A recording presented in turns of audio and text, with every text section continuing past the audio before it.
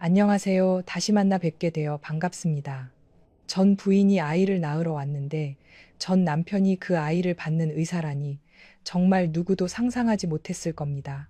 오늘 여러분께 들려드릴 이야기는 사랑 없이 결혼했지만 점차 서로에게 익숙해진 두 사람의 이야기입니다. 하지만 가족의 압박과 아이를 가질 수 없다는 고통은 결국 그들을 눈물로 이별하게 만들었죠. 가슴 아픈 이별 후 여자는 자신이 그의 아이를 임신했다는 사실을 알게 됩니다. 운명의 장난처럼 두 사람은 병원에서 다시 마주칩니다. 그는 그녀의 담당 의사가 되었고 그녀는 그의 아이를 낳으러 온 산모가 되었죠. 이 기막힌 재회는 과연 어떤 결말을 맞이하게 될까요? 여러분의 좋아요는 저희에게 큰 힘이 됩니다. 이제 이 멋진 로맨스 소설을 함께 감상해 보시죠. 기사님, 그냥 좀 큰 병원으로 가주세요. 제발 서울 도심에 있는 그 여성병원은 안 돼요. 제가 몇 번이나 간절하게 부탁했지만 택시 기사님은 더 멀리 가기 귀찮으셨는지 보란 듯이 서울중앙의료원 건물 앞에 차를 세웠습니다. 에이, 아가씨. 여기 이진우 의사님이 엄청 유명해요. 실력도 좋고 우리 며느리도 여기서 애 낳았는데 애가 아주 튼튼해요. 다들 칭찬이 자자하다고요. 하늘 높이 솟은 건물을 올려다보자 제 심장이 쿵 하고 내려앉았습니다. 기사님의 위로가 어느 정도 제 걱정을 덜어주긴 했지만 적어도 제 아이가 최고의 보살핌을 받을 수 있다는 사실에 안도했지만 제 머릿속은 피할 수 없는 진실 하나로 혼란에 빠졌습니다. 그 이진우 의사가 바로 제 전남편이었기 때문입니다. 우리가 이혼하던 날 그의 모습이 아직도 눈에 선합니다. 2년 동안 제 삶의 일부였던 남자, 이진우. 그는 제 앞에서 비처럼 눈물을 쏟아냈습니다.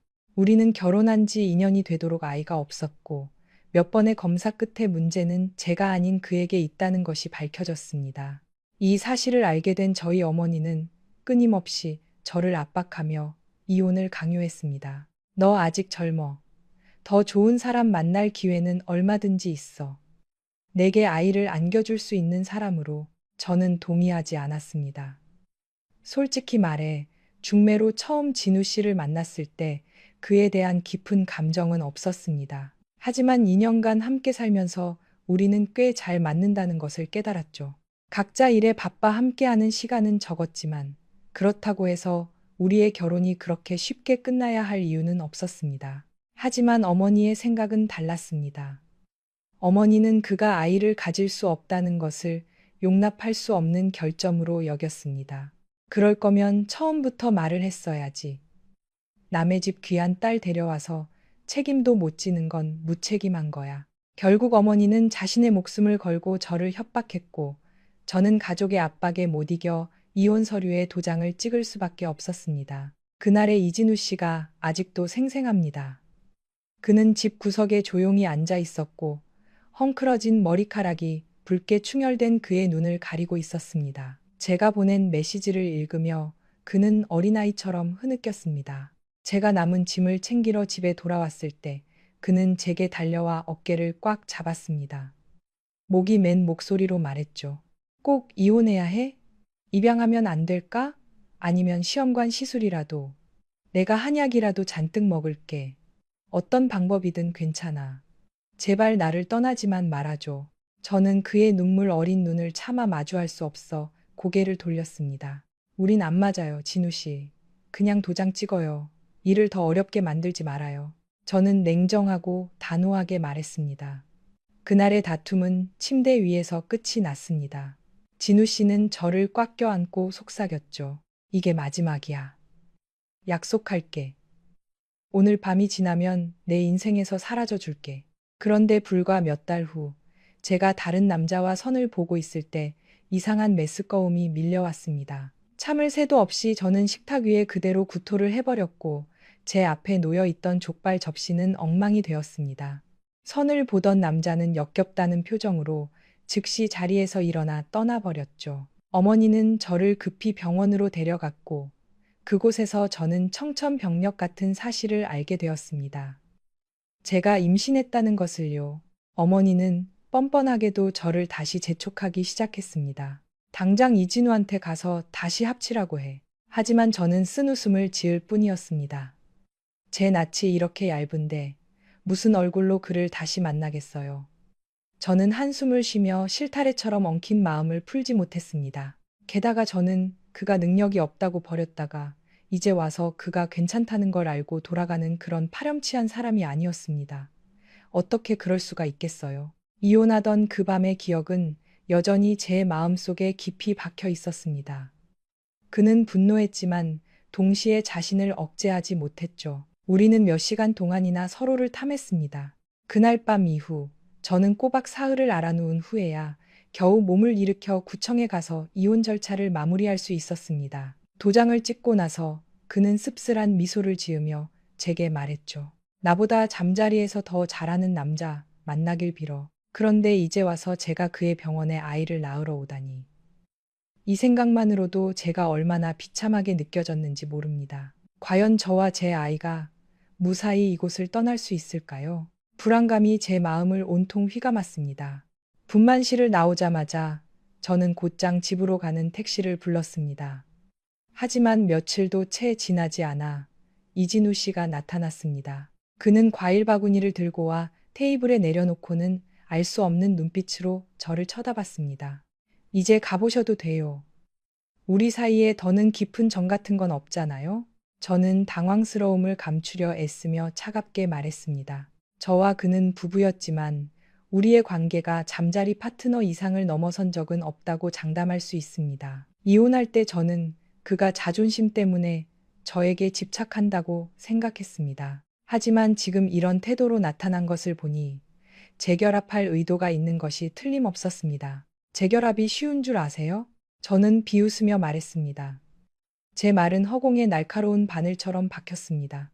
현명한 말은 갔던 길로 돌아가 풀을 뜯지 않고 영리한 개는 같은 구덩이에서 실수를 반복하지 않죠. 재결합은 당신 자신을 욕되게 할 뿐이에요. 진우 씨는 입꼬리를 올리며 비꼬는 목소리로 말했습니다. 네, 새 남편이 나보다 뭐가 더 나은지 궁금해서 왔어. 내 자세가 별로였나? 아니면 네가 내 속도를 못 따라온 건가? 저는 할 말을 잃었습니다. 무슨 소리예요? 그는 대답하지 않고 그저 도발적인 눈빛으로 저를 쳐다봤습니다. 그리고는 과일 바구니를 내려놓고 바나나 껍질을 벗겨 마치 아무 일도 없다는 듯이 여유롭게 먹기 시작했습니다. 애 아빠는 어디 갔어? 진우 씨는 손에 든 바나나에서 눈을 떼지 않고 물었습니다. 도박하러 갔는지, 술 마시러 갔는지, 낚시하러 갔는지 내가 어떻게 알아요? 당신이 어떻게 되든 이제 나랑은 상관없는 일이에요. 이 의사 선생님, 집착이 여전하시네요. 진우 씨의 얼굴이 즉시 어두워졌습니다. 그는 주머니에서 종이 한 장을 꺼내 테이블 위로 세게 던졌습니다. 아빠는 여기 앉아서 바나나 먹고 있는데 내 말이 맞다고 생각해? 저는 유전자 검사 결과서를 보고 숨이 있는 것 같았습니다. 진실은 눈앞에 명백했고 제 설명은 더 이상 필요 없었습니다. 이 아이는 이진우 씨의 아이였습니다. 후회와 부끄러움이 제 마음속에 뒤섞였습니다. 그 옛날 그 늙은 의사의 진단이 큰 실수였는데 저는 그것을 철석같이 믿고 쓰라린 이혼을 했습니다. 이제 우리 세 식구가 모두 안녕하세요. 다시 만나 뵙게 되어 반갑습니다.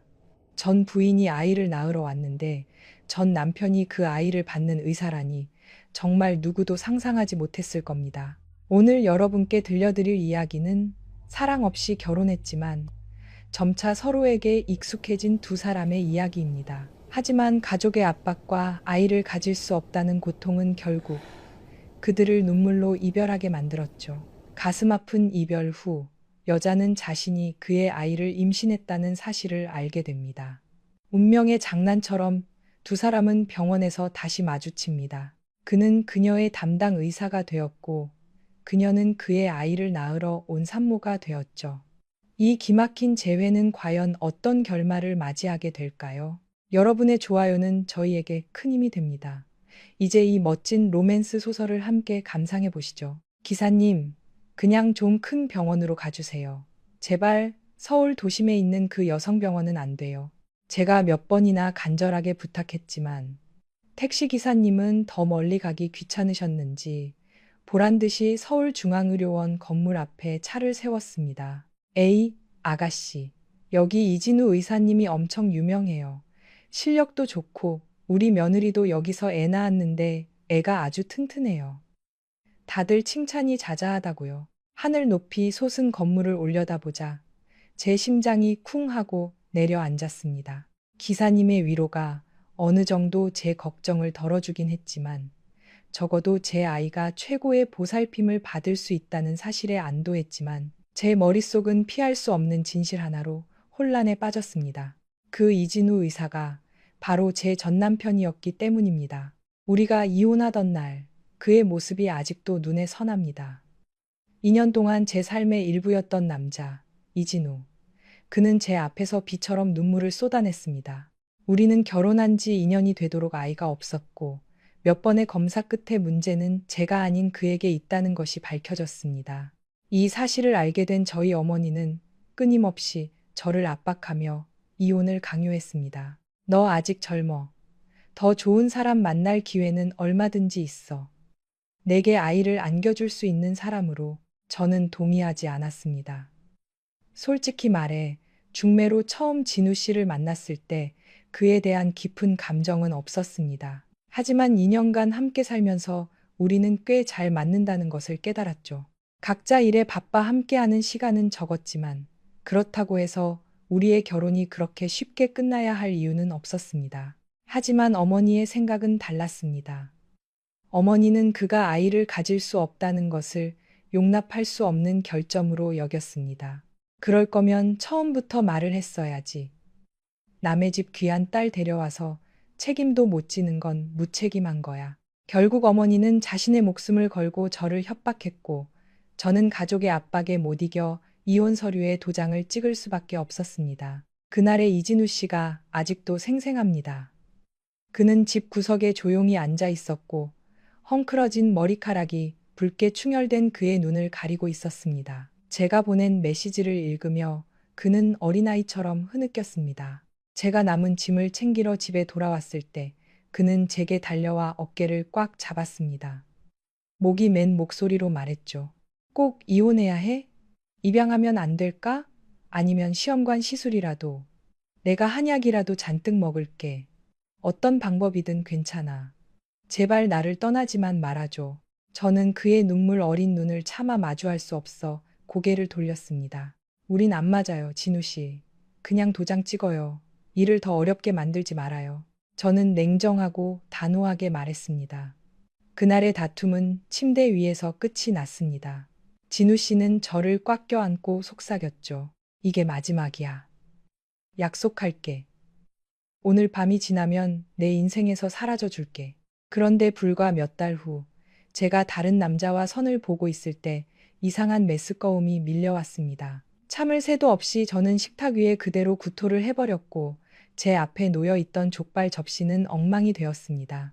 선을 보던 남자는 역겹다는 표정으로 즉시 자리에서 일어나 떠나버렸죠. 어머니는 저를 급히 병원으로 데려갔고 그곳에서 저는 청천벽력 같은 사실을 알게 되었습니다. 제가 임신했다는 것을요. 어머니는 뻔뻔하게도 저를 다시 재촉하기 시작했습니다. 당장 이진우한테 가서 다시 합치라고 해. 하지만 저는 쓴웃음을 지을 뿐이었습니다. 제 낯이 이렇게 얇은데 무슨 얼굴로 그를 다시 만나겠어요. 저는 한숨을 쉬며 실타래처럼 엉킨 마음을 풀지 못했습니다. 게다가 저는 그가 능력이 없다고 버렸다가 이제 와서 그가 괜찮다는 걸 알고 돌아가는 그런 파렴치한 사람이 아니었습니다. 어떻게 그럴 수가 있겠어요. 이혼하던 그 밤의 기억은 여전히 제 마음속에 깊이 박혀 있었습니다. 그는 분노했지만 동시에 자신을 억제하지 못했죠. 우리는 몇 시간 동안이나 서로를 탐했습니다. 그날 밤 이후 저는 꼬박 사흘을 알아놓은 후에야 겨우 몸을 일으켜 구청에 가서 이혼 절차를 마무리할 수 있었습니다. 도장을 찍고 나서 그는 씁쓸한 미소를 지으며 제게 말했죠. 나보다 잠자리에서 더 잘하는 남자 만나길 빌어. 그런데 이제 와서 제가 그의 병원에 아이를 낳으러 오다니. 이 생각만으로도 제가 얼마나 비참하게 느껴졌는지 모릅니다. 과연 저와 제 아이가 무사히 이곳을 떠날 수 있을까요? 불안감이 제 마음을 온통 휘감았습니다. 분만실을 나오자마자 저는 곧장 집으로 가는 택시를 불렀습니다. 하지만 며칠도 채 지나지 않아 이진우 씨가 나타났습니다. 그는 과일 바구니를 들고 와 테이블에 내려놓고는 알 수 없는 눈빛으로 저를 쳐다봤습니다. 이제 가보셔도 돼요. 우리 사이에 더는 깊은 정 같은 건 없잖아요?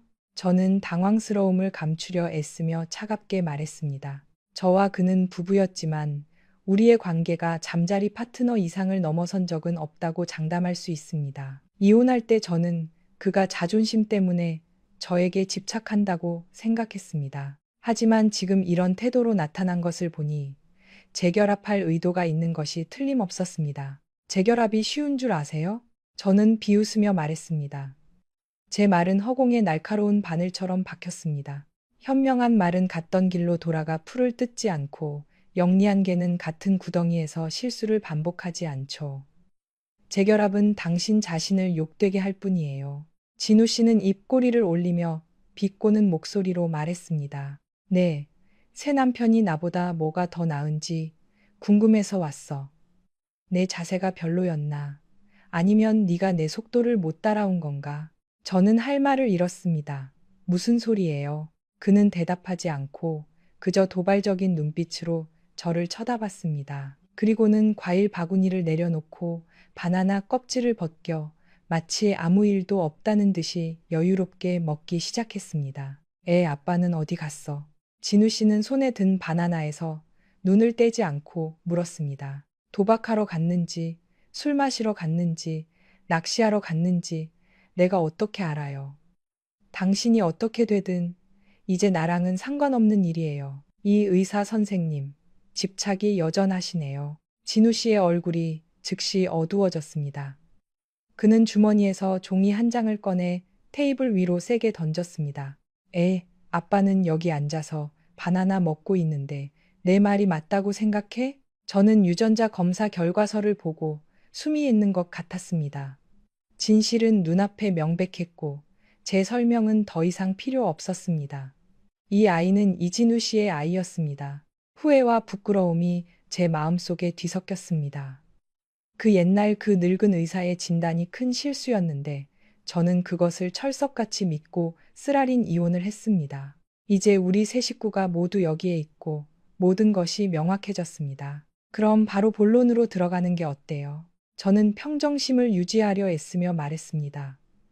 진우 씨는 여전히 태연하게 현재 상황에 전혀 동요하지 않았습니다. 그는 마치 구경꾼처럼 이 바나나를 다 먹고 다음 바나나를 계속 먹었습니다. 제 아들은 침대에 누워 왼쪽으로 오른쪽으로 몸을 돌리며 마치 주의를 끌려는 듯 작은 소리를 냈습니다. 그 아이는 방안을 감싸고 있는 긴장되고 불안한 분위기를 알아채지 못할 만큼 순수했습니다. 겉보기에는 모든 것이 화목하고 즐거워 보였지만 제 마음속은 달랐습니다. 저는 속으로 다짐했습니다. 나는 현명한 말인데 어떻게 돌아가서 오래된 풀을 뜯을 수 있겠는가. 어린 아들을 내려다보며 저는 부드럽지만 약간의 장난기가 섞인 목소리로 말했습니다. 아들, 이제 태어난 지 일주일이 다 되어가네. 세상에 처음 왔을 때처럼 순진한 아기가 아니야. 그러니 말해봐. 누구랑 같이 살고 싶어? 저는 잠시 말을 멈추고 미소를 지었습니다. 엄마랑 같이 살면 나중에 여자애들이 많이 따를 거야. 하지만 저기 바나나 먹는 원숭이랑 같이 살기로 선택한다면 저는 이진우 씨 쪽으로 곁눈질했습니다. 그건 엄마도 장담 못하겠네. 저 사람 꼴 좀 봐. 제 말이 끝나자마. 자, 진우 씨는 여전히 아무것도 듣지 못한 것처럼 태평하게 앉아 바나나를 음미하고 있었습니다. 저는 살짝 한숨을 쉬며 아들을 훑어보았습니다. 솔직히 말해서 그해 제가 이진우 씨와 결혼하기로 동의한 것도 그의 외모 때문이었습니다. 하지만 결혼 후 저는 수백 가지 크고 작은 일로 바쁜 그의 생활 방식에 점차 익숙해졌습니다. 우리는 마치 교차하지 않는 두 개의 평행선 같았고 저는 그에게서 감정을 요구하지도 않았습니다. 왜냐하면 저는 원래 달콤한 가식에 알레르기가 있었기 때문입니다. 하지만 이제 모든 것이 달라졌습니다. 우리 사이에는 아이가 생겼습니다. 저는 우리 둘 다 이 아이에게 가장 좋은 것을 주어야 하지 않을까 생각했습니다. 저는 그를 약간 조롱하는 눈빛으로 쳐다봤습니다. 아빠를 따라간다면 우리 아들은 아마 병원에 맛없는 밥만 먹게 될 거야. 저는 어깨를 으쓱하며 계속 말했습니다. 차라리 내가 돌보는 게 낫지. 매일 맛있는 음식을 배달시켜 줄게. 제 말이 끝나자마자 진우 씨는 무겁게 딸꾹질을 했습니다. 저는 참지 못하고 비꼬는 투로 박수를 쳤습니다. 대단하네, 우리 아가. 저것 봐. 내 아빠는 저렇게 바나나를 먹고도 아직 배가 안 찼어. 나중에 배고프면 내 머리라도 씹어 먹을지 몰라. 제 말을 알아듣기라도 한 듯 아기는 갑자기 큰 소리로 울기 시작했습니다. 그 울음소리에 저는 속으로 기뻐했습니다. 좋아, 아들, 그렇게 반응하는 거야. 저는 아기를 안아 등을 가볍게 두드려주고는 진우 씨에게 말했습니다. 그럼 그렇게 결정하지. 아들은 내 거고, 바나나는 당신 거고, 하지만 제 기쁨도 잠시, 아기는 점점 더 크게 울었습니다. 저는 걱정스럽게 진우 씨를 쳐다보며 그가 도와주기를 바랐습니다. 그러나 그는 대신 휴대폰을 꺼내 소셜미디어를 훑어보기 시작했습니다. 지금 뭐 하는 거예요? 제가 미간을 찌푸리며 물었습니다. 그는 태연하게 대답했습니다. 생후 일주일 미만 신생아 달래는 법 찾는 중. 저는 화가 나서 폭발할 지경이었습니다. 당신은 산부인과 의사면서 아기 달래는 법도 몰라요? 어쩔 수 없이 저는 어머니에게 전화를 걸었습니다. 전화하기 전에 진우 씨에게 단단히 일러두었죠. 당신 어머니는 절대 아시면 안 된다고요. 두 어머니가 여기에 오시면 이 아이는 분명 둘로 찢어질 테니까요. 어머니는 오시자마자 이진우 씨를 보고는 즉시 태도를 바꿨습니다. 아첨하며 이리저리 말을 돌렸지만 요점은 우리를 재혼시키려는 것이었습니다. 진우 씨는 차갑게 코웃음을 칠 뿐 아무 말도 하지 않았습니다. 문을 닫기 전 그는 고개를 돌려 비꼬는 목소리로 말했습니다. 사모님은 무슨 근거로 제가 따님을 필요로 한다고 생각하시죠? 어쨌든 저는 이제 젊고 유능하고 성공했잖아요. 저에게 아이를 낳아주고 싶어 하는 여자들은 여기서 프랑스까지 줄을 설 수 있을걸요. 이진우 씨의 말투는 자신감에 차 있었고 마치 일부러 어머니를 도발하는 것 같았습니다. 어머니는 화가 나서 말도 못하고 그를 노려보기만 했습니다. 저는 참지 못하고 손을 들어 베개를 그에게 세게 던지며 소리쳤습니다. 이진우, 당장 꺼져. 너랑 싸울 시간 없어. 하지만 진우 씨는 화를 내기는커녕 미소를 지었습니다. 그의 얼굴은 더욱 잘생겨 보여서 사람을 화나게 하면서도 무력하게 만들었습니다. 그는 제 아들을 보며 비웃듯이 말했습니다. 이 아이가 딸이었다면 어떤 유명 배우처럼 예뻤을 거라고 생각하지 않아? 저는 그를 재려보며 대꾸할 가치도 느끼지 못했습니다. 어머니는 더 이상 침착함을 유지할 수 없었습니다. 언제나 이기적이고 계산적이던 어머니는 목적을 달성하기 위해서라면 체면도 필요 없었습니다. 그리고 예상대로 제가 잠든 사이 어머니는 몰래 제 아들을 안고 이진우 씨의 집으로 달려가 친척을 자처했습니다. 어머니의 행동에 저는 미칠 것 같았지만 이미 엎질러진 물이었습니다. 진우 씨의 어머니가 제게 전화를 걸어 차가운 목소리로 말했습니다. 당장 우리 집으로 와서 이 늙은이랑 어린애 좀 데려가. 저는 어쩔 수 없이 택시를 타고 그들이 사는 아파트로 향했습니다. 낡은 건물 앞에 서서 고장난 엘리베이터를 보자 한숨만 나왔습니다. 이런 낡은 아파트인데 놀랄 일도 아니지. 저는 중얼거리며 눈앞에 길고 긴 계단을 바라봤습니다. 제 몸은 건강했지만 아이를 낳은 지 한 달밖에 되지 않아 이런 계단을 오르는 것은 극도로 피곤하게 느껴졌습니다. 하지만 진우 씨 어머니의 잡아먹을 듯한 얼굴을 떠올리니 이를 악물고 올라갈 수밖에 없었습니다. 한 걸음 한 걸음 계단을 오르자 옛 기억이 불현듯 떠올랐습니다. 그해 우리 가족은 완강하게 저와 진우 씨의 이혼을 강요했지만 그는 끝까지 서류에 도장을 찍지 않았습니다. 결국 진우 씨의 어머니가 가문의 체면 때문에 그를 압박해 도장을 찍게 했습니다. 그리고는 차갑게 선언했죠. 두 집안은 다시는 엮이지 않는 게 좋을 겁니다. 다시 만나서 제가 당신들 얼굴에 침이라도 뱉지 않으면 제가 자비로운 줄 아세요. 저희 어머니도 만만치 않은 분이셨습니다. 그렇게 양측은 격렬한 논쟁에 휘말렸고 모두 자신이 옳다고 주장하며 한치의 양보도 없었습니다. 저와 진우 씨의 결혼은 처음부터 불안정했고 결국 씁쓸하게 끝이 났습니다. 이제 어머니는 또 옛 버릇을 드러내고 있었습니다. 어머니는 제가 아이를 낳았으니 다른 사람과 쉽게 안녕하세요. 다시 만나 뵙게 되어 반갑습니다. 전 부인이 아이를 낳으러 왔는데 전 남편이 그 아이를 받는 의사라니 정말 누구도 상상하지 못했을 겁니다. 오늘 여러분께 들려드릴 이야기는 사랑 없이 결혼했지만 점차 서로에게 익숙해진 두 사람의 이야기입니다. 하지만 가족의 압박과 아이를 가질 수 없다는 고통은 결국 그들을 눈물로 이별하게 만들었죠. 가슴 아픈 이별 후 여자는 자신이 그의 아이를 임신했다는 사실을 알게 됩니다. 운명의 장난처럼 두 사람은 병원에서 다시 마주칩니다. 그는 그녀의 담당 의사가 되었고 그녀는 그의 아이를 낳으러 온 산모가 되었죠. 이 기막힌 재회는 과연 어떤 결말을 맞이하게 될까요? 여러분의 좋아요는 저희에게 큰 힘이 됩니다. 이제 이 멋진 로맨스 소설을 함께 감상해 보시죠. 기사님, 그냥 좀 큰 병원으로 가주세요. 제발 서울 도심에 있는 그 여성병원은 안 돼요. 제가 몇 번이나 간절하게 부탁했지만 택시 기사님은 더 멀리 가기 귀찮으셨는지 보란 듯이 서울중앙의료원 건물 앞에 차를 세웠습니다. 에이, 아가씨. 여기 이진우 의사님이 엄청 유명해요. 실력도 좋고 우리 며느리도 여기서 애 낳았는데 애가 아주 튼튼해요. 다들 칭찬이 자자하다고요. 하늘 높이 솟은 건물을 올려다보자 제 심장이 쿵 하고 내려앉았습니다. 기사님의 위로가 어느 정도 제 걱정을 덜어주긴 했지만 적어도 제 아이가 최고의 보살핌을 받을 수 있다는 사실에 안도했지만 제 머릿속은 피할 수 없는 진실 하나로 혼란에 빠졌습니다. 그 이진우 의사가 바로 제 전남편이었기 때문입니다. 우리가 이혼하던 날 그의 모습이 아직도 눈에 선합니다. 2년 동안 제 삶의 일부였던 남자, 이진우. 그는 제 앞에서 비처럼 눈물을 쏟아냈습니다. 우리는 결혼한 지 2년이 되도록 아이가 없었고 몇 번의 검사 끝에 문제는 제가 아닌 그에게 있다는 것이 밝혀졌습니다. 이 사실을 알게 된 저희 어머니는 끊임없이 저를 압박하며 이혼을 강요했습니다. 너 아직 젊어.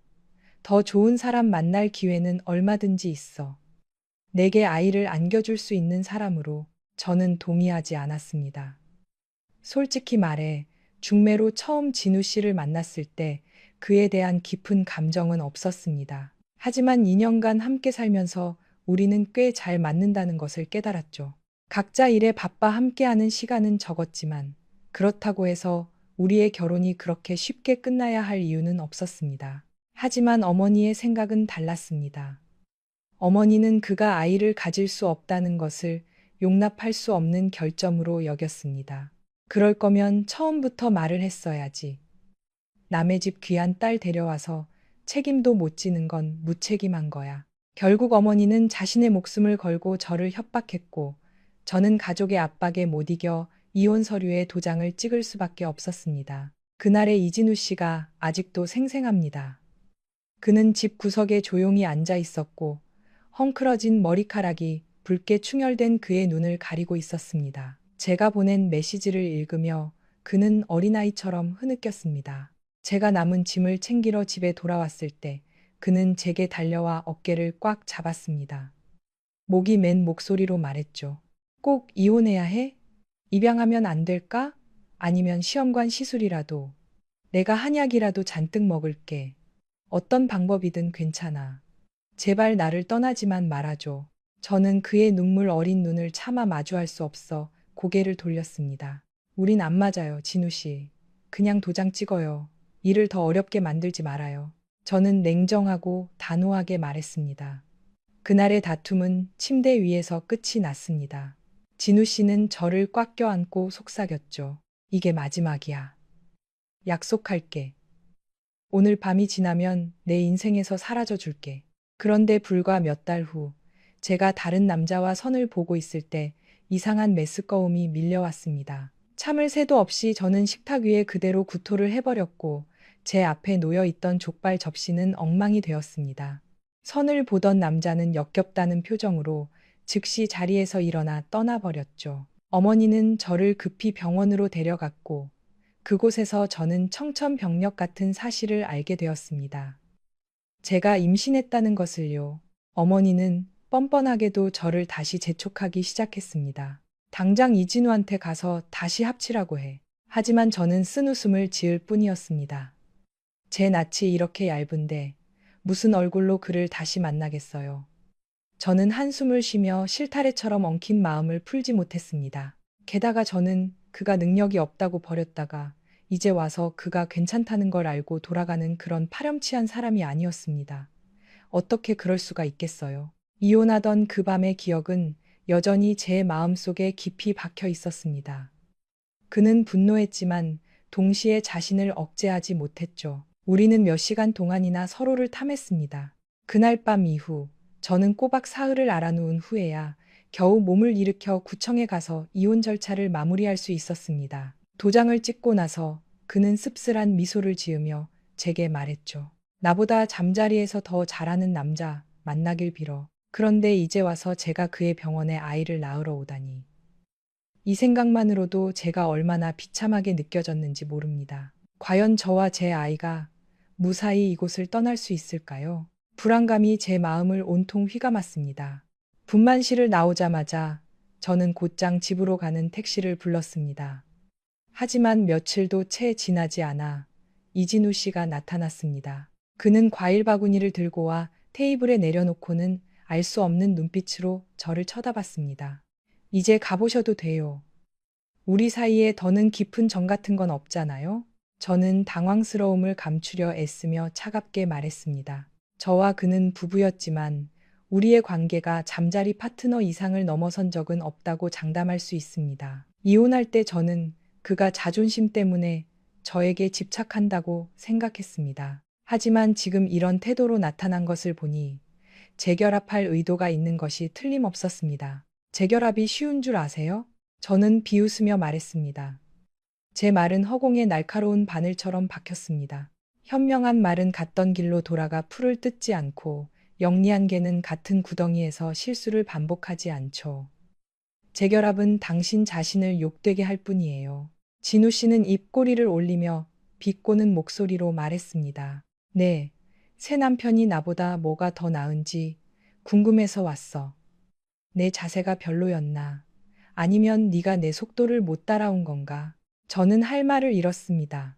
무슨 소리예요? 그는 대답하지 않고 그저 도발적인 눈빛으로 저를 쳐다봤습니다. 그리고는 과일 바구니를 내려놓고 바나나 껍질을 벗겨 마치 아무 일도 없다는 듯이 여유롭게 먹기 시작했습니다. 애 아빠는 어디 갔어? 진우 씨는 손에 든 바나나에서 눈을 떼지 않고 물었습니다. 도박하러 갔는지, 술 마시러 갔는지, 낚시하러 갔는지 내가 어떻게 알아요? 당신이 어떻게 되든 이제 나랑은 상관없는 일이에요. 이 의사 선생님, 집착이 여전하시네요. 진우 씨의 얼굴이 즉시 어두워졌습니다. 그는 주머니에서 종이 한 장을 꺼내 테이블 위로 세게 던졌습니다. 아빠는 여기 앉아서 바나나 먹고 있는데 내 말이 맞다고 생각해? 저는 유전자 검사 결과서를 보고 숨이 있는 것 같았습니다. 진실은 눈앞에 명백했고 제 설명은 더 이상 필요 없었습니다. 이 아이는 이진우 씨의 아이였습니다. 후회와 부끄러움이 제 마음속에 뒤섞였습니다. 그 옛날 그 늙은 의사의 진단이 큰 실수였는데 저는 그것을 철석같이 믿고 쓰라린 이혼을 했습니다. 이제 우리 세 식구가 모두 여기에 있고 모든 것이 명확해졌습니다. 그럼 바로 본론으로 들어가는 게 어때요? 저는 평정심을 유지하려 애쓰며 말했습니다. 진우 씨는 여전히 태연하게 현재 상황에 전혀 동요하지 않았습니다. 그는 마치 구경꾼처럼 이 바나나를 다 먹고 다음 바나나를 계속 먹었습니다. 제 아들은 침대에 누워 왼쪽으로 오른쪽으로 몸을 돌리며 마치 주의를 끌려는 듯 작은 소리를 냈습니다. 그 아이는 방안을 감싸고 있는 긴장되고 불안한 분위기를 알아채지 못할 만큼 순수했습니다. 겉보기에는 모든 것이 화목하고 즐거워 보였지만 제 마음속은 달랐습니다. 저는 속으로 다짐했습니다. 나는 현명한 말인데 어떻게 돌아가서 오래된 풀을 뜯을 수 있겠는가. 어린 아들을 내려다보며 저는 부드럽지만 약간의 장난기가 섞인 목소리로 말했습니다. 아들, 이제 태어난 지 일주일이 다 되어 가네. 세상에 처음 왔을 때처럼 순진한 아기가 아니야. 그러니 말해봐. 누구랑 같이 살고 싶어? 저는 잠시 말을 멈추고 미소를 지었습니다. 엄마랑 같이 살면 나중에 여자애들이 많이 따를 거야. 하지만 저기 바나나 먹는 원숭이랑 같이 살기로 선택한다면 저는 이진우 씨 쪽으로 곁눈질했습니다. 그건 엄마도 장담 못하겠네. 저 사람 꼴 좀 봐. 제 말이 끝나자마. 자, 진우 씨는 여전히 아무것도 듣지 못한 것처럼 태평하게 앉아 바나나를 음미하고 있었습니다. 저는 살짝 한숨을 쉬며 아들을 훑어보았습니다. 솔직히 말해서 그해 제가 이진우 씨와 결혼하기로 동의한 것도 그의 외모 때문이었습니다. 하지만 결혼 후 저는 수백 가지 크고 작은 일로 바쁜 그의 생활 방식에 점차 익숙해졌습니다. 우리는 마치 교차하지 않는 두 개의 평행선 같았고 저는 그에게서 감정을 요구하지도 않았습니다. 왜냐하면 저는 원래 달콤한 가식에 알레르기가 있었기 때문입니다. 하지만 이제 모든 것이 달라졌습니다. 우리 사이에는 아이가 생겼습니다. 저는 우리 둘 다 이 아이에게 가장 좋은 것을 주어야 하지 않을까 생각했습니다. 저는 그를 약간 조롱하는 눈빛으로 쳐다봤습니다. 아빠를 따라간다면 우리 아들은 아마 병원에 맛없는 밥만 먹게 될 거야. 저는 어깨를 으쓱하며 계속 말했습니다. 차라리 내가 돌보는 게 낫지. 매일 맛있는 음식을 배달시켜 줄게. 제 말이 끝나자마자 진우 씨는 무겁게 딸꾹질을 했습니다. 저는 참지 못하고 비꼬는 투로 박수를 쳤습니다. 대단하네, 우리 아가. 저것 봐. 내 아빠는 저렇게 바나나를 먹고도 아직 배가 안 찼어. 나중에 배고프면 내 머리라도 씹어먹을지 몰라. 제 말을 알아듣기라도 한 듯 아기는 갑자기 큰 소리로 울기 시작했습니다. 그 울음소리에 저는 속으로 기뻐했습니다. 좋아, 아들, 그렇게 반응하는 거야. 저는 아기를 안아 등을 가볍게 두드려주고는 진우 씨에게 말했습니다. 그럼 그렇게 결정하지. 아들은 내 거고, 바나나는 당신 거고, 하지만 제 기쁨도 잠시, 아기는 점점 더 크게 울었습니다. 저는 걱정스럽게 진우 씨를 쳐다보며 그가 도와주기를 바랐습니다. 그러나 그는 대신 휴대폰을 꺼내 소셜미디어를 훑어보기 시작했습니다. 지금 뭐 하는 거예요? 제가 미간을 찌푸리며 물었습니다. 그는 태연하게 대답했습니다. 생후 일주일 미만 신생아 달래는 법 찾는 중. 저는 화가 나서 폭발할 지경이었습니다. 당신은 산부인과 의사면서 아기 달래는 법도 몰라요? 어쩔 수 없이 저는 어머니에게 전화를 걸었습니다. 전화하기 전에 진우 씨에게 단단히 일러두었죠. 당신 어머니는 절대 아시면 안 된다고요. 두 어머니가 여기에 오시면 이 아이는 분명 둘로 찢어질 테니까요. 어머니는 오시자마자 이진우 씨를 보고는 즉시 태도를 바꿨습니다. 아첨하며 이리저리 말을 돌렸지만 요점은 우리를 재혼시키려는 것이었습니다. 진우 씨는 차갑게 코웃음을 칠 뿐 아무 말도 하지 않았습니다. 문을 닫기 전 그는 고개를 돌려 비꼬는 목소리로 말했습니다. 사모님은 무슨 근거로 제가 따님을 필요로 한다고 생각하시죠? 어쨌든 저는 이제 젊고 유능하고 성공했잖아요. 저에게 아이를 낳아주고 싶어하는 여자들은 여기서 프랑스까지 줄을 설 수 있을걸요. 이진우 씨의 말투는 자신감에 차 있었고 마치 일부러 어머니를 도발하는 것 같았습니다. 어머니는 화가 나서 말도 못하고 그를 노려보기만 했습니다. 저는 참지 못하고 손을 들어 베개를 그에게 세게 던지며 소리쳤습니다. 이진우, 당장 꺼져. 너랑 싸울 시간 없어. 하지만 진우 씨는 화를 내기는커녕 미소를 지었습니다. 그의 얼굴은 더욱 잘생겨 보여서 사람을 화나게 하면서도 무력하게 만들었습니다. 그는 제 아들을 보며 비웃듯이 말했습니다. 이 아이가 딸이었다면 어떤 유명 배우처럼 예뻤을 거라고 생각하지 않아? 저는 그를 재려보며 대꾸할 가치도 느끼지 못했습니다. 어머니는 더 이상 침착함을 유지할 수 없었습니다. 언제나 이기적이고 계산적이던 어머니는 목적을 달성하기 위해서라면 체면도 필요 없었습니다. 그리고 예상대로 제가 잠든 사이 어머니는 몰래 제 아들을 안고 이진우 씨의 집으로 달려가 친척을 자처했습니다. 어머니의 행동에 저는 미칠 것 같았지만 이미 엎질러진 물이었습니다. 진우 씨의 어머니가 제게 전화를 걸어 차가운 목소리로 말했습니다. 당장 우리 집으로 와서 이 늙은이랑 어린애 좀 데려가. 저는 어쩔 수 없이 택시를 타고 그들이 사는 아파트로 향했습니다. 낡은 건물 앞에 서서 고장난 엘리베이터를 보자 한숨만 나왔습니다. 이런 낡은 아파트인데 놀랄 일도 아니지. 저는 중얼거리며 눈앞에 길고 긴 계단을 바라봤습니다. 제 몸은 건강했지만 아이를 낳은 지 한 달밖에 되지 않아 이런 계단을 오르는 것은 극도로 피곤하게 느껴졌습니다. 하지만 진우 씨 어머니의 잡아먹을 듯한 얼굴을 떠올리니 이를 악물고 올라갈 수밖에 없었습니다. 한 걸음 한 걸음 계단을 오르자 옛 기억이 불현듯 떠올랐습니다. 그해 우리 가족은 완강하게 저와 진우 씨의 이혼을 강요했지만 그는 끝까지 서류에 도장을 찍지 않았습니다. 결국 진우 씨의 어머니가 가문의 체면 때문에 그를 압박해 도장을 찍게 했습니다. 그리고는 차갑게 선언했죠. 두 집안은 다시는 엮이지 않는 게 좋을 겁니다. 다시 만나서 제가 당신들 얼굴에 침이라도 뱉지 않으면 제가 자비로운 줄 아세요. 저희 어머니도 만만치 않은 분이셨습니다. 그렇게 양측은 격렬한 논쟁에 휘말렸고 모두 자신이 옳다고 주장하며 한치의 양보도 없었습니다. 저와 진우 씨의 결혼은 처음부터 불안정했고 결국 씁쓸하게 끝이 났습니다. 이제 어머니는 또 옛 버릇을 드러내고 있었습니다. 어머니는 제가 아이를 낳았으니 다른 사람과 쉽게 재혼할 수 없을 것이라고 생각하고 진우 씨에게 저와 재혼하라고 강요하고 싶어 했습니다. 심지어 진우 씨가 돌아오기만 한다면 제 아들의 유치원비로 2천만 원 이상을 쓰겠다고 약속까지 했습니다. 남아있던 얼마 안 되는 힘을 쥐어짜 계단을 다 올라갔을 때 저는 지친 몸으로 아파트에 들어섰습니다. 저를 보자마자 어머니는 즉시 달려와 애원하는 눈빛으로 말했습니다. 서연아, 어서 시어머니께 사과드려. 저는 얼어붙은 채 진우 씨의 어머니를 바라봤습니다. 그녀는 그곳에 앉아 있었고 그녀의 눈빛은 차갑고 경멸로 가득 차 있었습니다.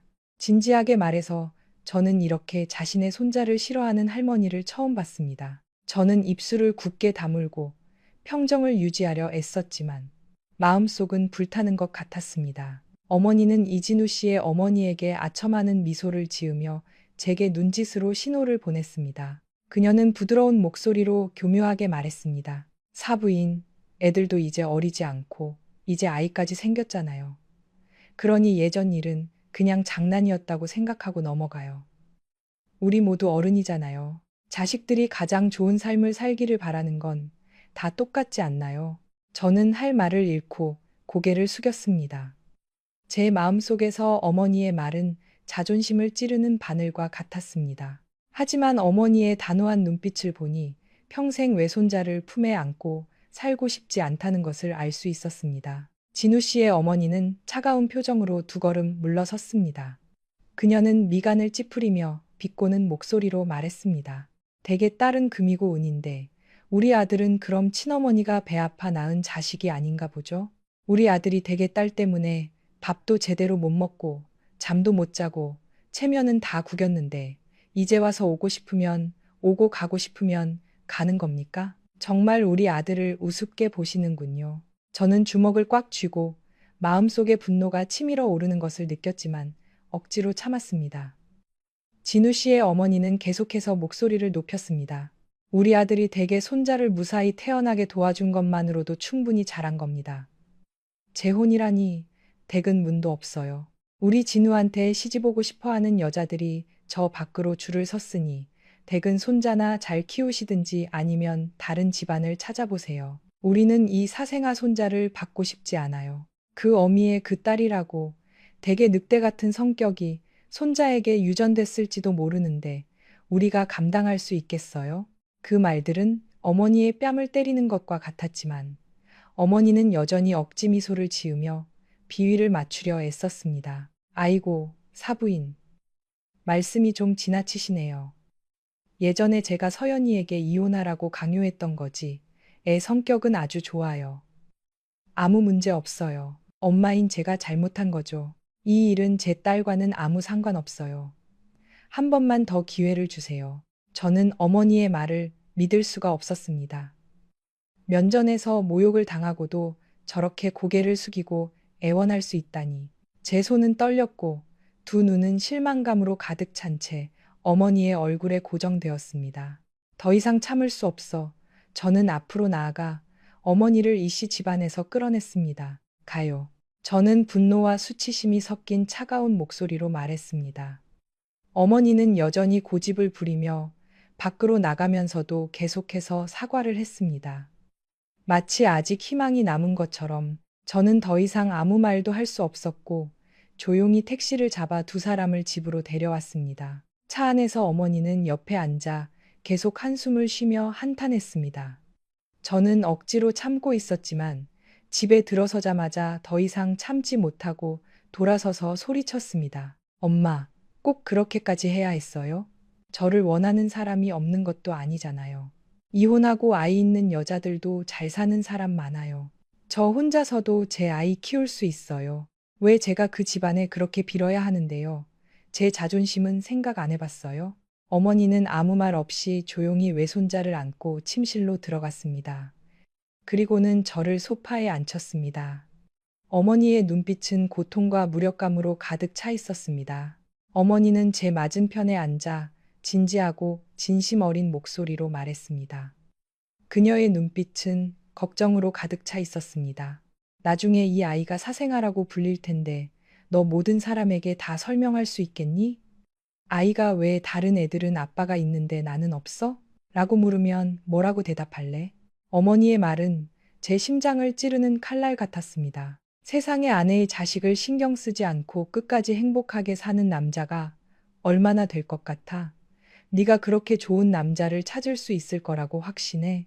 저는 할 말을 잃었습니다. 어머니가 하는 말은 모두 어머니가 겪었던 경험에서 나온 것임을 알고 있었습니다. 저는 홀로 저를 키워주신 어머니의 야윈 손에 자랐습니다. 어릴 때부터 저는 아버지를 본 적이 없었고 가장 많이 본 것은 어머니가 제 손을 잡고 이 남자 저 남자를 만나러 다니다가 결국 눈물로 헤어지는 모습이었습니다. 어머니의 눈물이 한 방울 한 방울 떨어지는 것을 보며 저는 목이 메어 아무 말도 할 수 없었습니다. 하지만 잠시 마음을 진정시킨 후 저는 무력한 목소리로 말했습니다. 엄마 말이 맞아요. 하지만 엄마, 제 마음 이해하세요? 저는 그냥 평범하게 살고 싶어요. 만약 저와 이진우 씨가 재혼한다면 우리가 정말 행복할 수 있을 거라고 생각하세요? 이 모든 일이 있고 나서 우리가 예전처럼 돌아갈 수 있을까요? 어머니는 저를 보며 입술을 살짝 열어 무언가 말하려 했지만 이내 입을 다물었습니다. 잠시 후 그녀는 조용히 대답했습니다. 확신할 수는 없지만 적어도 그게 더 쉬울 거야. 저는 고개를 저으며 씁쓸하게 웃었습니다. 쉽다고요? 그 시어머니와 함께 사는 게 쉬울 거라고 생각하세요? 저와 이진우 씨는 원래 사랑해서 만난 게 아니에요. 다 양가 부모님 때문이었죠. 이제 모든 게 이렇게 엉망이 됐는데 어떻게 예전으로 돌아가겠어요? 차라리 다른 좋은 사람을 찾는 게 더 쉬울 거예요. 저는 고개를 들어 단호한 눈빛으로 말했습니다. 저에게 시간을 좀 주세요. 언젠가는 저에게 맞는 남자를 만날 수 있을 거예요. 그 사람이 이혼남일 수도 있고 40대일 수도 있고 아이가 몇 명 있을 수도 있겠죠. 하지만 저는 이 혼란스러운 상황을 받아줄 사람이 있을 거라고 믿어요. 어머니는 불만과 걱정이 가득한 눈으로 저를 바라봤습니다. 그녀는 고개를 저으며 제가 그렇게 기다릴 시간을 주고 싶지 않아 했습니다. 그리고 그렇게 어머니의 주선 아래 선 자리가 시작되었습니다. 제 상황을 보자마자 선 상대의 수준이 현저히 떨어지는 것은 당연한 일이었습니다. 이번에는 제 앞에 중년 남성이 앉아 있었습니다. 그의 머리 위에 얹힌 가발이 살짝 삐뚤어져 있어 저는 불쾌감을 느꼈습니다. 돌려 말하고 싶지 않아 저는 바로 본론으로 들어갔습니다. 저 아들 하나 있어요. 그는 전혀 놀라지 않고 미소를 지으며 고개를 끄덕였습니다. 알고 있습니다. 저도 마찬가지고요. 그 대답에 저는 당황했습니다. 그는 자랑스러운 목소리로 계속 말했습니다. 저는 안정적인 직업도 있고, 집도 있고, 수입도 괜찮습니다. 제 아이에게 엄마가 되어주고, 저에게는 동반자가 되어줄 사람을 찾고 있을 뿐입니다. 우리는 함께 감정을 키워나갈 수 있을 겁니다. 저는 살짝 몸서리를 쳤습니다. 그의 얼굴에 떠오른 역겨운 미소에 저는 평정심을 유지할 수 없었습니다. 저는 미간을 찌푸리며 속에서 치밀어 오르는 혐오감을 느꼈습니다. 벌써 그 아들과 감정을 키우는 단계까지 갔다고 저는 생각했지만 입 밖으로 내지는 않았습니다. 저는 놀라서 물었습니다. 아드님은 몇 살인데요? 맞은편 남자는 미소를 지으며 대답했습니다. 30살입니다. 젠장. 저는 속으로 욕을 하며 겉으로는 평온한 표정을 유지하려 애썼지만 속으로는 멈추지 않고 떨었습니다. 그의 아들이 30살이라면 그는 50살이 넘었다는 거 아닌가? 이 생각에 등골이 오싹해졌습니다. 저는 계속 고개를 저으며 이 엄청난 나이 차이를 받아들일 수 없었습니다. 이 실망스러운 선 자리를 막 떠나려던 순간 갑자기 허벅지 사이에서 이상한 느낌이 들었습니다. 고개를 숙여 내려다본 저는 눈앞의 광경에 비명을 지를 뻔했습니다. 한 남자가 바닥을 기어다니고 있었고 그의 눈에는 광기가 서려 있었습니다. 누구세요? 저는 떨면서 거리를 두려고 뒤로 물러났습니다. 그 남자는 추잡하게 웃으며 병적인 목소리로 말했습니다. 엄마, 내가 엄마의 귀염둥이야. 그는 말하면서 제 몸에 얼굴을 비볐습니다. 그 역겨운 느낌에 저는 당장이라도 토할 것 같았습니다. 저는 뒤로 물러나 그의 아버지인 나이든 남자에게 도움을 청했지만 그 광경은 저를 더욱 충격에 빠뜨렸습니다. 그는 여유롭게 커피를 마시며 무관심한 표정을 짓고는 차가운 한마디를 던졌습니다. 그냥 감정 좀 키우는 건데 뭐가 그렇게 무서워?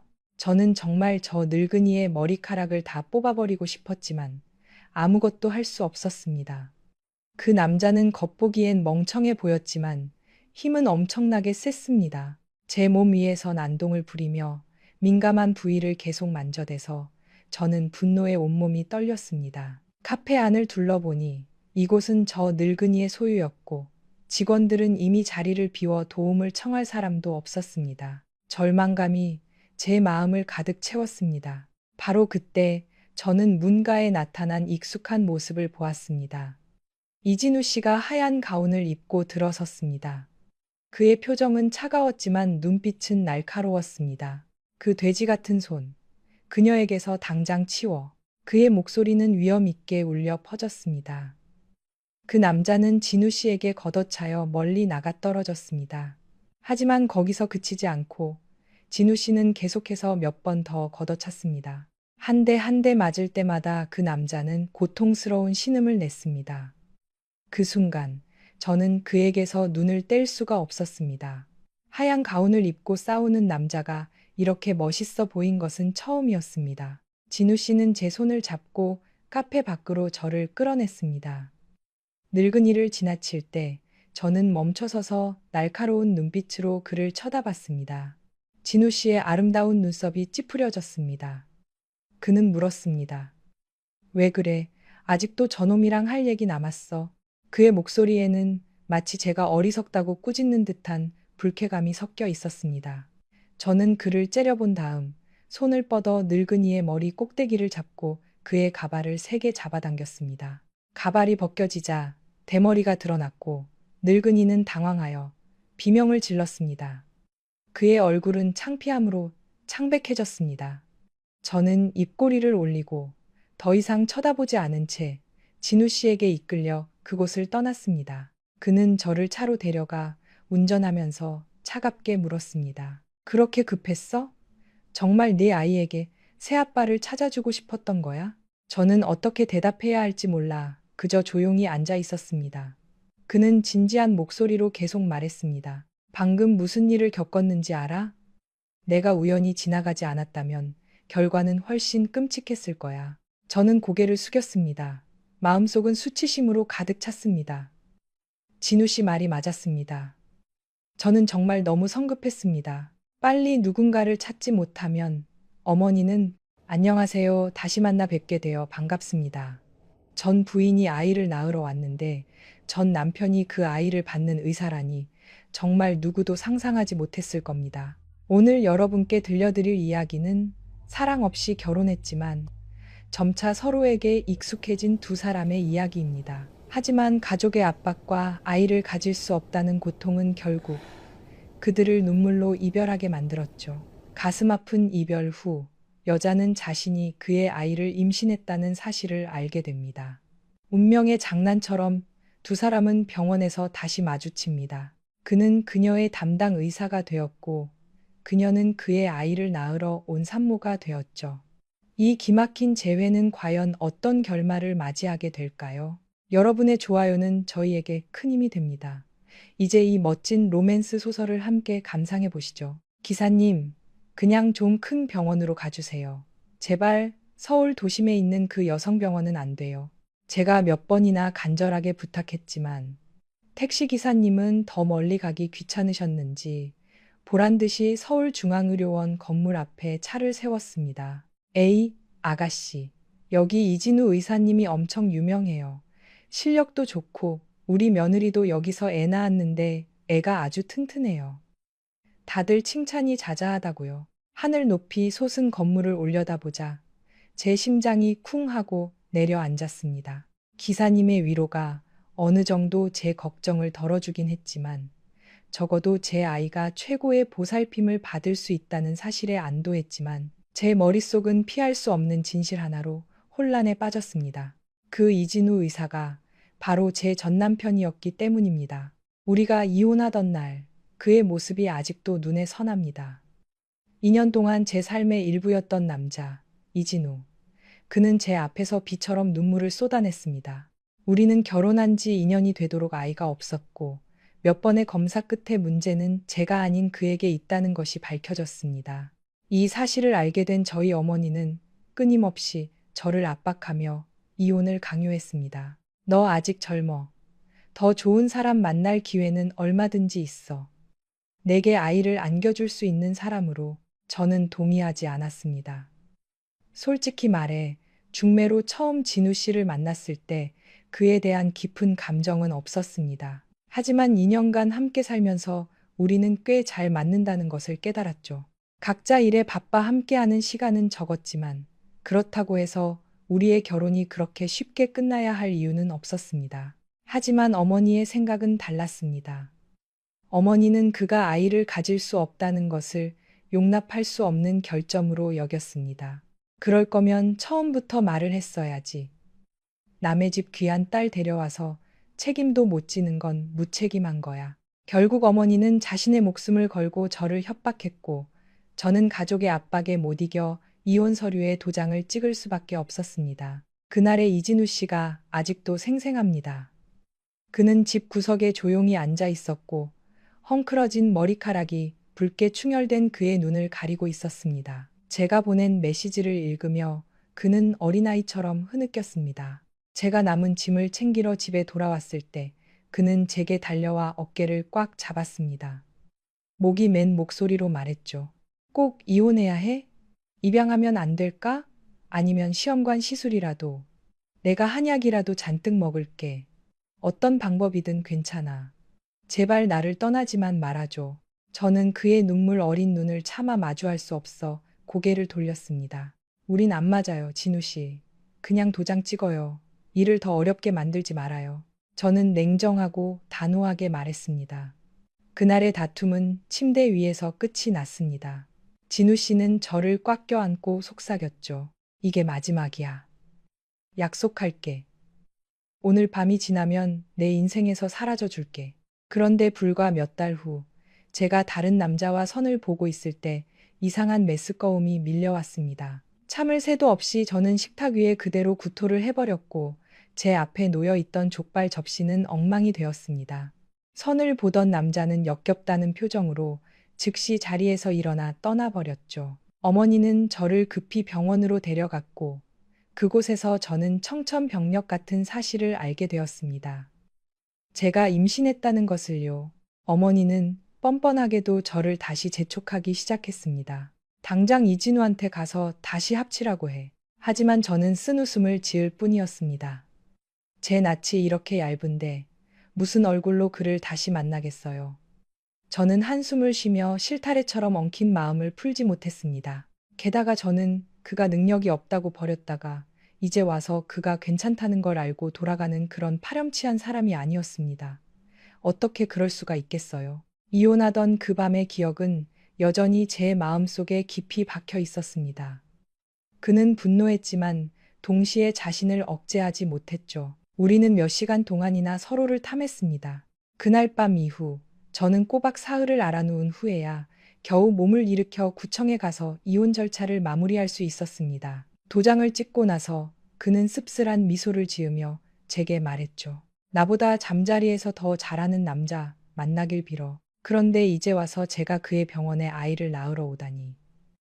이 생각만으로도 제가 얼마나 비참하게 느껴졌는지 모릅니다. 과연 저와 제 아이가 무사히 이곳을 떠날 수 있을까요? 불안감이 제 마음을 온통 휘감았습니다. 분만실을 나오자마자 저는 곧장 집으로 가는 택시를 불렀습니다. 하지만 며칠도 채 지나지 않아 이진우 씨가 나타났습니다. 그는 과일 바구니를 들고 와 테이블에 내려놓고는 알 수 없는 눈빛으로 저를 쳐다봤습니다. 이제 가보셔도 돼요.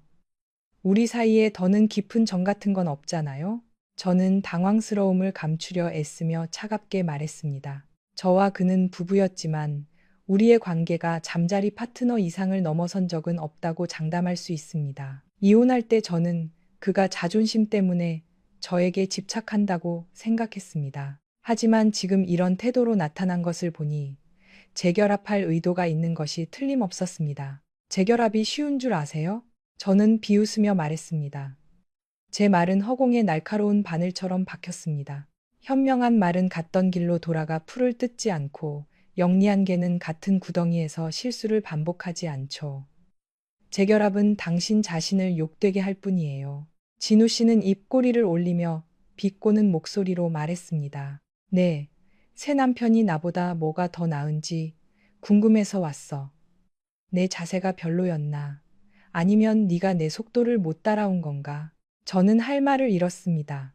무슨 소리예요? 그는 대답하지 않고 그저 도발적인 눈빛으로 저를 쳐다봤습니다. 그리고는 과일 바구니를 내려놓고 바나나 껍질을 벗겨 마치 아무 일도 없다는 듯이 여유롭게 먹기 시작했습니다. 애 아빠는 어디 갔어? 진우 씨는 손에 든 바나나에서 눈을 떼지 않고 물었습니다. 도박하러 갔는지, 술 마시러 갔는지, 낚시하러 갔는지 내가 어떻게 알아요? 당신이 어떻게 되든 이제 나랑은 상관없는 일이에요. 이 의사 선생님, 집착이 여전하시네요. 진우 씨의 얼굴이 즉시 어두워졌습니다. 그는 주머니에서 종이 한 장을 꺼내 테이블 위로 세게 던졌습니다. 아빠는 여기 앉아서 바나나 먹고 있는데 내 말이 맞다고 생각해? 저는 유전자 검사 결과서를 보고 숨이 있는 것 같았습니다. 진실은 눈앞에 명백했고 제 설명은 더 이상 필요 없었습니다. 이 아이는 이진우 씨의 아이였습니다. 후회와 부끄러움이 제 마음속에 뒤섞였습니다.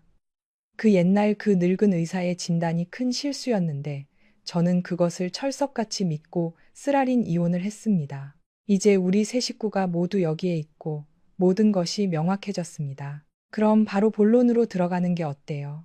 저는 평정심을 유지하려 애쓰며 말했습니다. 진우 씨는 여전히 태연하게 현재 상황에 전혀 동요하지 않았습니다. 그는 마치 구경꾼처럼 이 바나나를 다 먹고 다음 바나나를 계속 먹었습니다. 제 아들은 침대에 누워 왼쪽으로 오른쪽으로 몸을 돌리며 마치 주의를 끌려는 듯 작은 소리를 냈습니다. 그 아이는 방안을 감싸고 있는 긴장되고 불안한 분위기를 알아채지 못할 만큼 순수했습니다. 겉보기에는 모든 것이 화목하고 즐거워 보였지만 제 마음속은 달랐습니다. 저는 속으로 다짐했습니다. 나는 현명한 말인데 어떻게 돌아가서 오래된 풀을 뜯을 수 있겠는가. 어린 아들을 내려다보며 저는 부드럽지만 약간의 장난기가 섞인 목소리로 말했습니다. 아들, 이제 태어난 지 일주일이 다 되어 가네. 세상에 처음 왔을 때처럼 순진한 아기가 아니야. 그러니 말해봐. 누구랑 같이 살고 싶어? 저는 잠시 말을 멈추고 미소를 지었습니다. 엄마랑 같이 살면 나중에 여자애들이 많이 따를 거야. 하지만 저기 바나나 먹는 원숭이랑 같이 살기로 선택한다면 저는 이진우 씨 쪽으로 곁눈질했습니다. 그건 엄마도 장담 못하겠네. 저 사람 꼴 좀 봐. 제 말이 끝나자마. 자, 진우 씨는 여전히 아무것도 듣지 못한 것처럼 태평하게 앉아 바나나를 음미하고 있었습니다. 저는 살짝 한숨을 쉬며 아들을 훑어보았습니다. 솔직히 말해서 그해 제가 이진우 씨와 결혼하기로 동의한 것도 그의 외모 때문이었습니다. 하지만 결혼 후 저는 수백 가지 크고 작은 일로 바쁜 그의 생활 방식에 점차 익숙해졌습니다. 우리는 마치 교차하지 않는 두 개의 평행선 같았고 저는 그에게서 감정을 요구하지도 않았습니다. 왜냐하면 저는 원래 달콤한 가식에 알레르기가 있었기 때문입니다. 하지만 이제 모든 것이 달라졌습니다. 우리 사이에는 아이가 생겼습니다. 저는 우리 둘 다 이 아이에게 가장 좋은 것을 주어야 하지 않을까 생각했습니다. 저는 그를 약간 조롱하는 눈빛으로 쳐다봤습니다. 아빠를 따라간다면 우리 아들은 아마 병원에 맛없는 밥만 먹게 될 거야. 저는 어깨를 으쓱하며 계속 말했습니다. 차라리 내가 돌보는 게 낫지. 매일 맛있는 음식을 배달시켜 줄게. 제 말이 끝나자마자 진우 씨는 무겁게 딸꾹질을 했습니다. 저는 참지 못하고 비꼬는 투로 박수를 쳤습니다. 대단하네, 우리 아가. 저것 봐. 내 아빠는 저렇게 바나나를 먹고도 아직 배가 안 찼어. 나중에 배고프면 내 머리라도 씹어먹을지 몰라. 제 말을 알아듣기라도 한 듯 아기는 갑자기 큰 소리로 울기 시작했습니다. 그 울음소리에 저는 속으로 기뻐했습니다. 좋아, 아들, 그렇게 반응하는 거야. 저는 아기를 안아 등을 가볍게 두드려주고는 진우 씨에게 말했습니다. 그럼 그렇게 결정하지. 아들은 내 거고, 바나나는 당신 거고, 하지만 제 기쁨도 잠시, 아기는 점점 더 크게 울었습니다. 저는 걱정스럽게 진우 씨를 쳐다보며 그가 도와주기를 바랐습니다. 그러나 그는 대신 휴대폰을 꺼내 소셜미디어를 훑어보기 시작했습니다. 지금 뭐 하는 거예요? 제가 미간을 찌푸리며 물었습니다. 그는 태연하게 대답했습니다. 생후 일주일 미만 신생아 달래는 법 찾는 중. 저는 화가 나서 폭발할 지경이었습니다. 당신은 산부인과 의사면서 아기 달래는 법도 몰라요? 어쩔 수 없이 저는 어머니에게 전화를 걸었습니다. 전화하기 전에 진우 씨에게 단단히 일러두었죠. 당신 어머니는 절대 아시면 안 된다고요. 두 어머니가 여기에 오시면 이 아이는 분명 둘로 찢어질 테니까요. 어머니는 오시자마자 이진우 씨를 보고는 즉시 태도를 바꿨습니다. 아첨하며 이리저리 말을 돌렸지만 요점은 우리를 재혼시키려는 것이었습니다. 진우 씨는 차갑게 코웃음을 칠 뿐 아무 말도 하지 않았습니다. 문을 닫기 전 그는 고개를 돌려 비꼬는 목소리로 말했습니다. 사모님은 무슨 근거로 제가 따님을 필요로 한다고 생각하시죠? 어쨌든 저는 이제 젊고 유능하고 성공했잖아요. 저에게 아이를 낳아주고 싶어 하는 여자들은 여기서 프랑스까지 줄을 설 수 있을걸요. 이진우 씨의 말투는 자신감에 차 있었고 마치 일부러 어머니를 도발하는 것 같았습니다. 어머니는 화가 나서 말도 못하고 그를 노려보기만 했습니다. 저는 참지 못하고 손을 들어 베개를 그에게 세게 던지며 소리쳤습니다. 이진우, 당장 꺼져. 너랑 싸울 시간 없어. 하지만 진우 씨는 화를 내기는커녕 미소를 지었습니다. 그의 얼굴은 더욱 잘생겨 보여서 사람을 화나게 하면서도 무력하게 만들었습니다. 그는 제 아들을 보며 비웃듯이 말했습니다. 이 아이가 딸이었다면 어떤 유명 배우처럼 예뻤을 거라고 생각하지 않아? 저는 그를 재려보며 대꾸할 가치도 느끼지 못했습니다. 어머니는 더 이상 침착함을 유지할 수 없었습니다. 언제나 이기적이고 계산적이던 어머니는 목적을 달성하기 위해서라면 체면도 필요 없었습니다. 그리고 예상대로 제가 잠든 사이 어머니는 몰래 제 아들을 안고 이진우 씨의 집으로 달려가 친척을 자처했습니다. 어머니의 행동에 저는 미칠 것 같았지만 이미 엎질러진 물이었습니다. 진우 씨의 어머니가 제게 전화를 걸어 차가운 목소리로 말했습니다. 당장 우리 집으로 와서 이 늙은이랑 어린애 좀 데려가. 저는 어쩔 수 없이 택시를 타고 그들이 사는 아파트로 향했습니다. 낡은 건물 앞에 서서 고장난 엘리베이터를 보자 한숨만 나왔습니다. 이런 낡은 아파트인데 놀랄 일도 아니지. 저는 중얼거리며 눈앞에 길고 긴 계단을 바라봤습니다. 제 몸은 건강했지만 아이를 낳은 지 한 달밖에 되지 않아 이런 계단을 오르는 것은 극도로 피곤하게 느껴졌습니다. 하지만 진우 씨 어머니의 잡아먹을 듯한 얼굴을 떠올리니 이를 악물고 올라갈 수밖에 없었습니다. 한 걸음 한 걸음 계단을 오르자 옛 기억이 불현듯 떠올랐습니다. 그해 우리 가족은 완강하게 저와 진우 씨의 이혼을 강요했지만 그는 끝까지 서류에 도장을 찍지 않았습니다. 결국 진우 씨의 어머니가 가문의 체면 때문에 그를 압박해 도장을 찍게 했습니다. 그리고는 차갑게 선언했죠. 두 집안은 다시는 엮이지 않는 게 좋을 겁니다. 다시 만나서 제가 당신들 얼굴에 침이라도 뱉지 않으면 제가 자비로운 줄 아세요.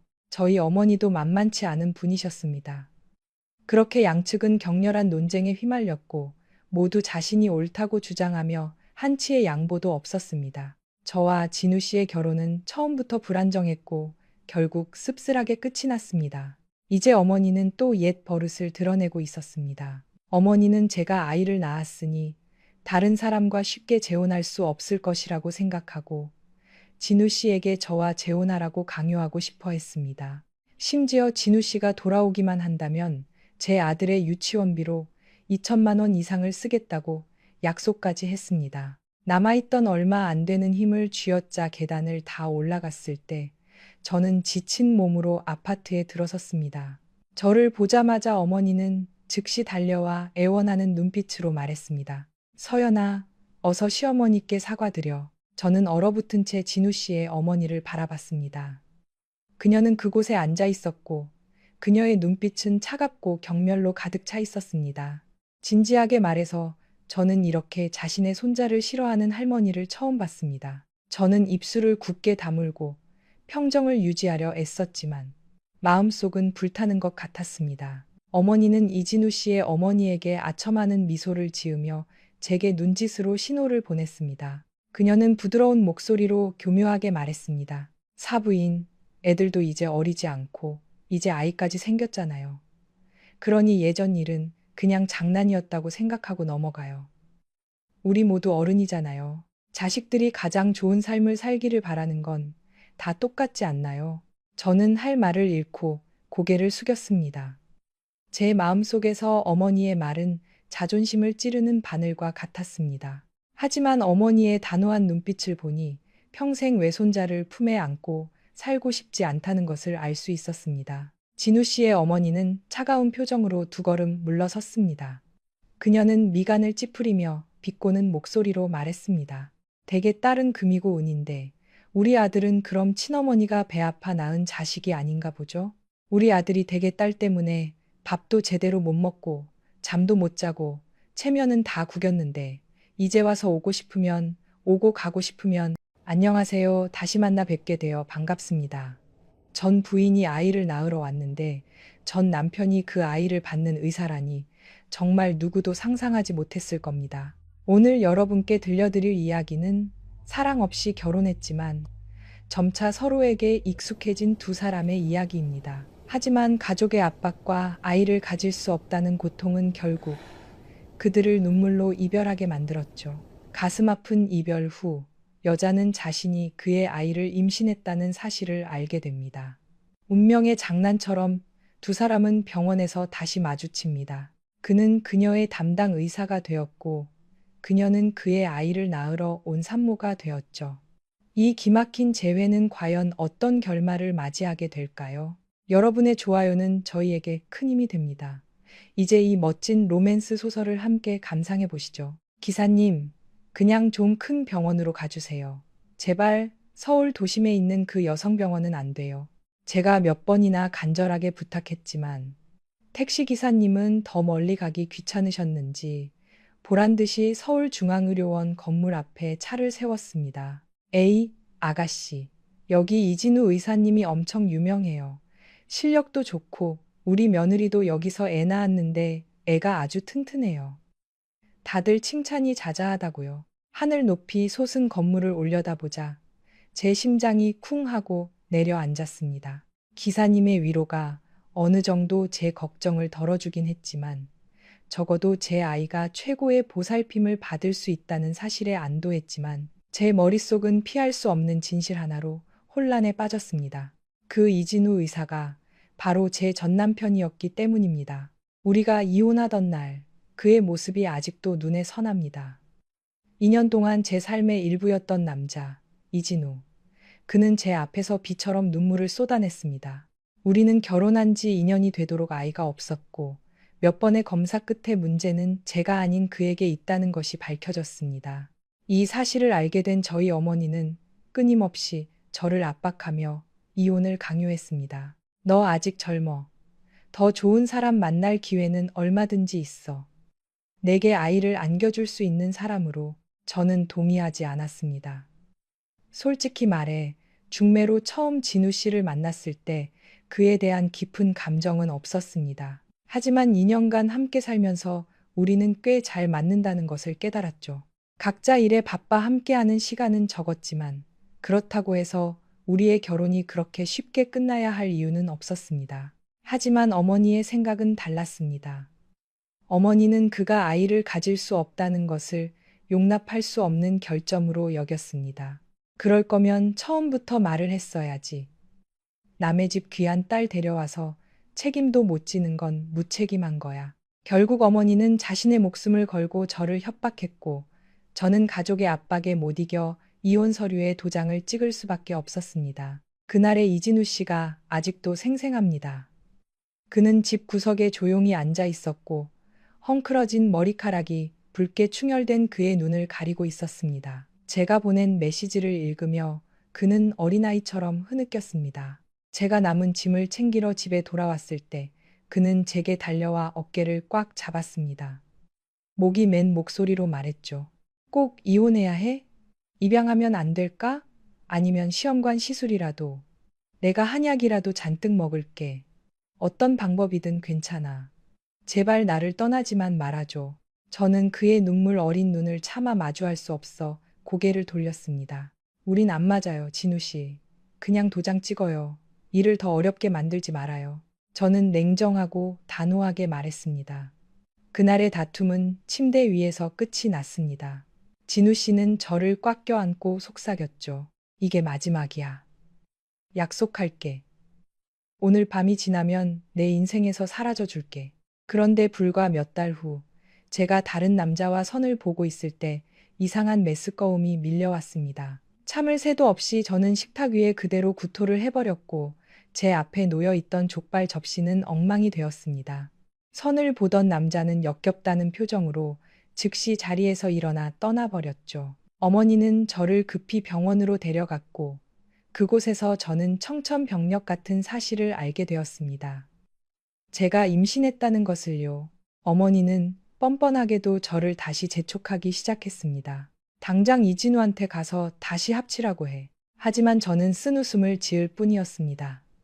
제 낯이 이렇게 얇은데 무슨 얼굴로 그를 다시 만나겠어요. 저는 한숨을 쉬며 실타래처럼 엉킨 마음을 풀지 못했습니다.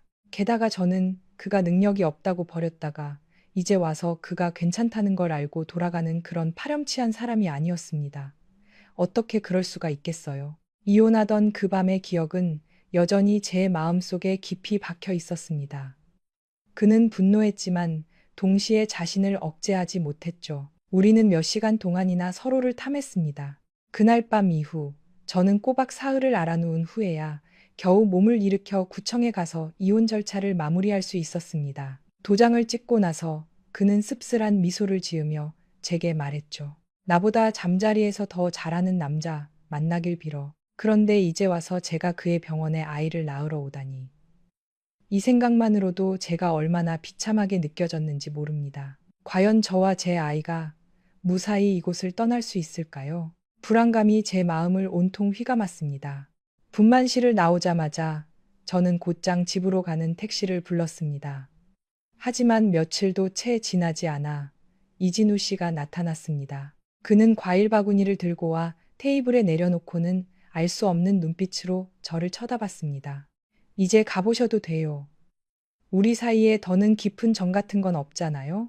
저는 당황스러움을 감추려 애쓰며 차갑게 말했습니다. 저와 그는 부부였지만 우리의 관계가 잠자리 파트너 이상을 넘어선 적은 없다고 장담할 수 있습니다. 이혼할 때 저는 그가 자존심 때문에 저에게 집착한다고 생각했습니다. 하지만 지금 이런 태도로 나타난 것을 보니 재결합할 의도가 있는 것이 틀림없었습니다. 재결합이 쉬운 줄 아세요?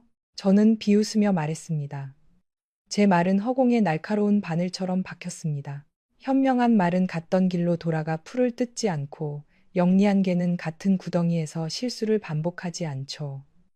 재결합은 당신 자신을 욕되게 할 뿐이에요. 진우 씨는 입꼬리를 올리며 비꼬는 목소리로 말했습니다. 네, 새 남편이 나보다 뭐가 더 나은지 궁금해서 왔어. 내 자세가 별로였나? 아니면 네가 내 속도를 못 따라온 건가? 저는 할 말을 잃었습니다. 무슨 소리예요? 그는 대답하지 않고 그저 도발적인 눈빛으로 저를 쳐다봤습니다. 그리고는 과일 바구니를 내려놓고 바나나 껍질을 벗겨 마치 아무 일도 없다는 듯이 여유롭게 먹기 시작했습니다. 애 아빠는 어디 갔어?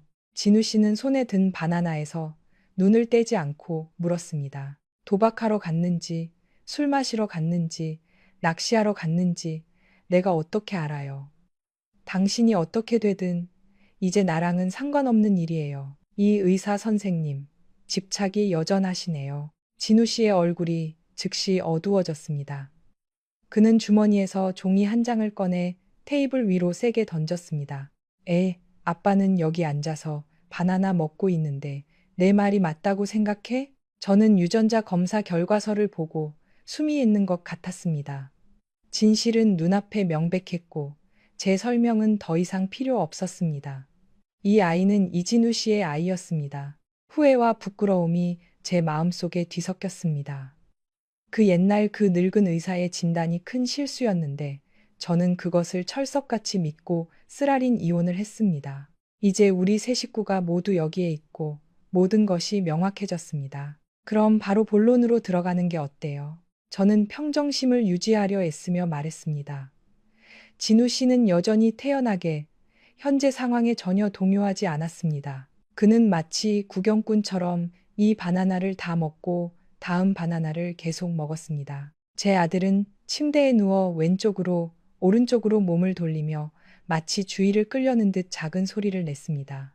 그 아이는 방안을 감싸고 있는 긴장되고 불안한 분위기를 알아채지 못할 만큼 순수했습니다. 겉보기에는 모든 것이 화목하고 즐거워 보였지만 제 마음속은 달랐습니다.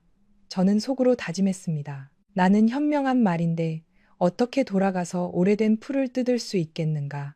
어린 아들을 내려다보며 저는 부드럽지만 약간의 장난기가 섞인 목소리로 말했습니다. 아들, 이제 태어난 지 일주일이 다 되어 가네. 세상에 처음 왔을 때처럼 순진한 아기가 아니야. 그러니 말해봐. 누구랑 같이 살고 싶어? 저는 잠시 말을 멈추고 미소를 지었습니다. 엄마랑 같이 살면 나중에 여자애들이 많이 따를 거야. 하지만 저기 바나나 먹는 원숭이랑 같이 살기로 선택한다면 저는 이진우 씨 쪽으로 곁눈질했습니다. 그건 엄마도 장담 못하겠네. 저 사람 꼴 좀 봐. 제 말이 끝나자마. 자, 진우 씨는 여전히 아무것도 듣지 못한 것처럼 태평하게 앉아 바나나를 음미하고 있었습니다. 저는 살짝 한숨을 쉬며 아들을 훑어보았습니다. 솔직히 말해서 그해 제가 이진우 씨와 결혼하기로 동의한 것도 그의 외모 때문이었습니다. 하지만 결혼 후 저는 수백 가지 크고 작은 일로 바쁜 그의 생활 방식에 점차 익숙해졌습니다. 우리는 마치 교차하지 않는 두 개의 평행선 같았고 저는 그에게서 감정을 요구하지도 않았습니다. 왜냐하면 저는 원래 달콤한 가식에 알레르기가 있었기 때문입니다. 하지만 이제 모든 것이 달라졌습니다. 우리 사이에는 아이가 생겼습니다. 저는 우리 둘 다 이 아이에게 가장 좋은 것을 주어야 하지 않을까 생각했습니다. 저는 그를 약간 조롱하는 눈빛으로 쳐다봤습니다. 아빠를 따라간다면 우리 아들은 아마 병원에 맛없는 밥만 먹게 될 거야. 저는 어깨를 으쓱하며 계속 말했습니다. 차라리 내가 돌보는 게 낫지. 매일 맛있는 음식을 배달시켜 줄게. 제 말이 끝나자마자 진우 씨는 무겁게 딸꾹질을 했습니다. 저는 참지 못하고 비꼬는 투로 박수를 쳤습니다. 대단하네, 우리 아가. 저것 봐. 내 아빠는 저렇게 바나나를 먹고도 아직 배가 안 찼어. 나중에 배고프면 내 머리라도 씹어먹을지 몰라. 제 말을 알아듣기라도 한 듯 아기는 갑자기 큰 소리로 울기 시작했습니다. 그 울음소리에 저는 속으로 기뻐했습니다. 좋아, 아들, 그렇게 반응하는 거야. 저는 아기를 안아 등을 가볍게 두드려주고는 진우 씨에게 말했습니다. 그럼 그렇게 결정하지. 아들은 내 거고, 바나나는 당신 거고, 하지만 제 기쁨도 잠시, 아기는 점점 더 크게 울었습니다. 저는 걱정스럽게 진우 씨를 쳐다보며 그가 도와주기를 바랐습니다. 그러나 그는 대신 휴대폰을 꺼내 소셜미디어를 훑어보기 시작했습니다. 지금 뭐 하는 거예요? 제가 미간을 찌푸리며 물었습니다. 그는 태연하게 대답했습니다. 생후 일주일 미만 신생아 달래는 법 찾는 중. 저는 화가 나서 폭발할 지경이었습니다. 당신은 산부인과 의사면서 아기 달래는 법도 몰라요? 어쩔 수 없이 저는 어머니에게 전화를 걸었습니다. 전화하기 전에 진우 씨에게 단단히 일러두었죠. 당신 어머니는 절대 아시면 안 된다고요. 두 어머니가 여기에 오시면 이 아이는 분명 둘로 찢어질 테니까요. 어머니는 오시자마자 이진우 씨를 보고는 즉시 태도를 바꿨습니다.